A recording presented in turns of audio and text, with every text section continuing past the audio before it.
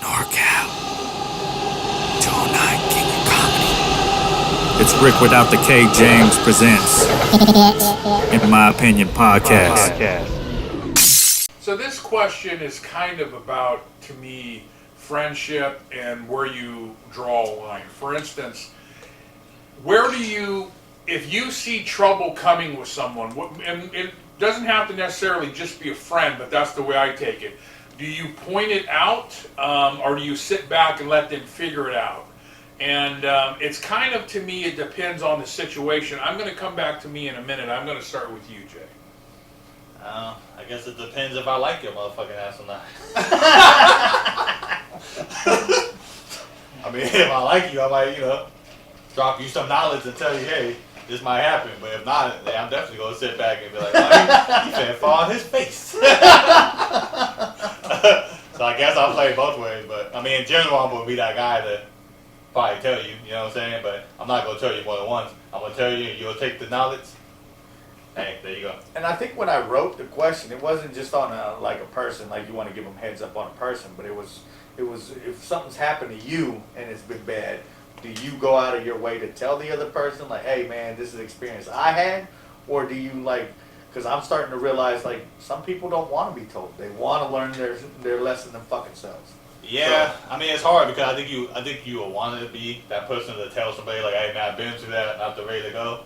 But then when you see people want to be hard-headed or they go against you and try to argue against you, you be like, okay, dude, check it out. You gonna find out, dude. Do you though? You know what I'm saying? So, but I still come back if I like your motherfucking ass or not. So you answer real quick and then I'll answer, right? Because I feel like we're gonna give different answers here. So for me, this whole question goes over an experience I had years ago. I had a real good buddy of mine come up to me one day, knocks on my door, I open the door, he comes in, he says, hey, my wife's having an affair. I heard you knew about this. And I remember, shaking my head and I said, listen, I want you to understand, I had heard stuff, I had heard rumors, I had heard things, but I had no knowledge, I had no firsthand knowledge. And he was really pissed at me. I mean, we were kind of getting in a fight. And I finally said to him, I sat him down and I said, listen, I want you to understand something. If I come and I approach you and I go, Jay, Rick, your wife's doing this, she's a whore, she's out running around, she's sleeping, one of two things is going to happen. We're probably going to get in a fight right there. Or you're going to go to your partner and the first thing they're going to say is, no, he's lying, and now we're going to get in a fight, okay? Either way, I'm probably going to lose your friendship at that point in time. So I didn't have the proof I needed to, so I could not give him the advice. And I told him, had I known, I would have. And so, and he later calmed down and he understood because, you can't tell someone something they're not ready to understand. You can't tell someone something that they're not ready yet. And so he would hold that against me. If I had proof, we would have been good. So we've had a lot of moments like this, me and you, where I've had you come back to me. I remember one time about a year ago, I almost cried when you came back to me and you looked at me and you were looking down and you said, yeah, you were right. And I was like, holy shit, I was right about something. But you were like, and so it's real funny with age, you see things from a different perspective. And sometimes you'd like to say, hey man, I've seen this or I've done this or whatever. But sometimes the guy don't want to hear it. Sometimes he's not ready to hear it. So I think it depends on the situation. I'm not quite like you where it depends on whether I want you to do well or whether I give a shit about you. It's more to me about whether you're going to take the information. But I like to tell someone about a trouble I see coming or something like that. But sometimes when you're talking about trouble, you're talking about something a little bit personal. And so therein lies the rub is, are you going to take this okay? Or are you going to take this and there's an old man fucking talking out his ass? Because there's two things in life you get labeled. You're a young punk who don't know anything, or you're an old man who's, just lost it. So how do you give someone who's 14 years younger than you advice? Because, I remember being at that age where you kind of think you know it all and you don't need anyone's advice. And usually you understand the advice afterwards. Oh, okay, I get what the old stupid bastard was talking about. So how do you approach that? I think for me, this is the reason I wrote the question, is I'm trying to find, and again, it's all variables, right? So I'm trying to find how to, I'm normally the person that will tell you, hey man, there's a bend around the corner, you might want to slow down. I'm that dude, because I know I've fucked up. I want you to learn from my mistakes, right? What's the old hemorrhage, like a smart man learns from somebody else's mistakes. So I'm always in that mode of, let me tell you what I've gone through so it doesn't happen to you. I've already been through the hurt and pain. Don't do it. So, but that's the reason I wrote this question, is because I'm trying to figure out like how not to tell people shit, because I'm starting to realize people don't want to, they don't give a fuck if you've been through it. They want to learn themselves. And for me, it's like, I don't understand. And I'm having a hard time, and that's why I wrote the question, because I don't without getting too much into it. One of the things was I'm going through something at work, and I know the way work is. You know, I work in a union, and everything about the union. So other nurses that are having to deal with stuff, and unfortunately, I can't say anything about my employer just yet, right? So I won't mention the name, but I want my other employees or my co-workers, I should say, right? Now, because I'm not the manager. But I want them to understand the game. And when I speak up and say, hey man, don't do this because this is the way it works, and know you're contracted, they just look at me like, what are you talking about? You're a fucking retard. And it's getting to a point where I'm like, you know what? Never mind, boo-boo. You figure it out. And you go through the same shit that I've gone through. I'm sorry I even wasted my breath. And for me, I've had to take a step back and be like, and that's why I wrote it, because I've realized there are people that generally don't want your help. I think that's the hard balance though, because honestly in life, certain people need to go through shit so they'll grow. And if you tell them, then you stumping their growth.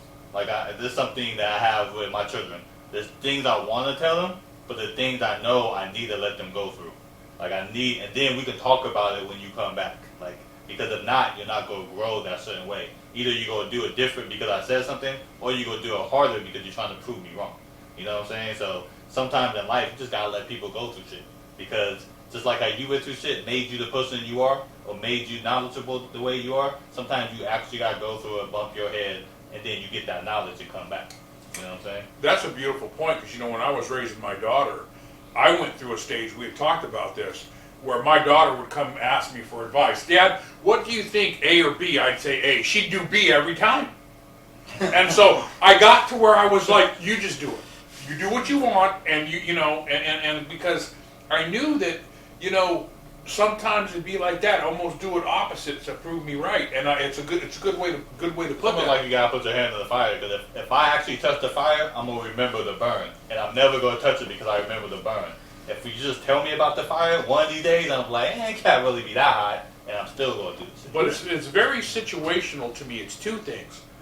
Number one is, what's the situation? Like I talked about the guy that had the wife cheating on him.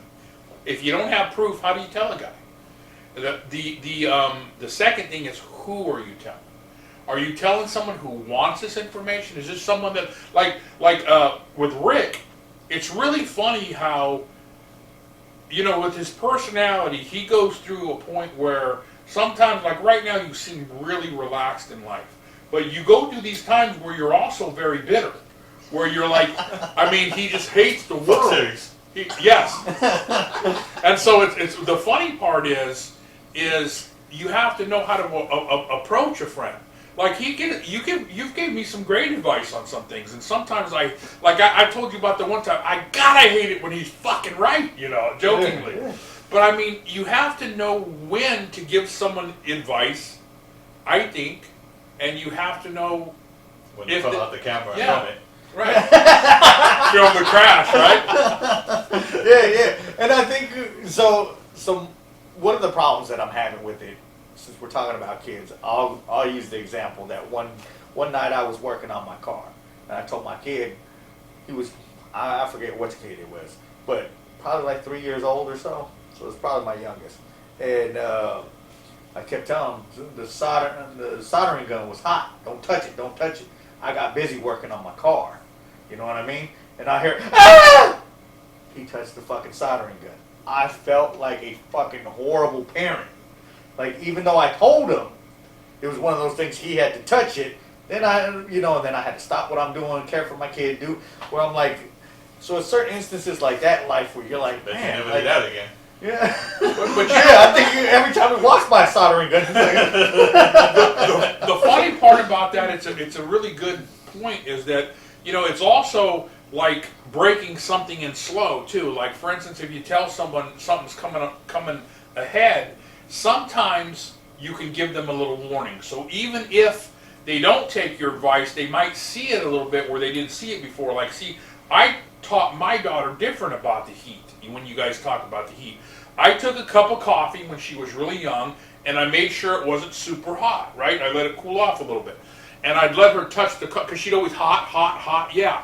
And so I let her put her hand in it. But it wasn't hot enough to scold her, but it taught her what hot is. So it was from a tempered standpoint. And I think that's kind of the way I try to approach that, is I give a little bit of advice. If you want to take more, I'll give more. But it's sort of kind of a little heads up, kind of like you said, oh, by the way, there's a turn coming up. And that's the way I kind of like to do it. Not a hardcore, because you were talking about earlier how your kid will do something, opposite to prove you wrong. And I think that's if you come across too hard, if you come across, this is the way you have to do it. And I'm not talking about you or with the kids, I'm talking about in general. I think It's almost like someone will do opposite. I'm talking about a friend or anything. If you come across to a person like this is the only way to do it, I think they automatically want to prove you All right, wrong. so let me hit y'all with a quick curveball though. Hey, check this out. I don't know if y'all remember the first Matrix. The first time Neo ever met the Oracle. Yeah. He says, "Don't worry about the vase. Don't worry about it." And then he hits the vase and breaks it. And he's what you really gonna trip on later. If I would have never said nothing, would you have hit the vase? Exactly, and that's a great point, and I think that's I think that's how it is. But that's kind of how your standpoint. That was, like I said, that was a really good part to me where you said, sometimes I know they're going to have to screw up on their own, and I just let them go do it, and then we'll talk about it when it's done. But that's the hard to know. Which one do I pre-tell them, and which one do I just leave them alone? So when we talk about the question you wrote, I think it's knowing a friend and knowing the situation. Like with your kids, you know them, and you know the situation. I hope So, well, to a point, right? They're always going to change. Boy, Charlie Murphy, my main man, Rick James. That's the one you think, the comedian Rick James. Get up. I can't hear my neighbor crying, I can't breathe. please hit the subscribe button down low so you can see all new clips, all new episodes coming to you.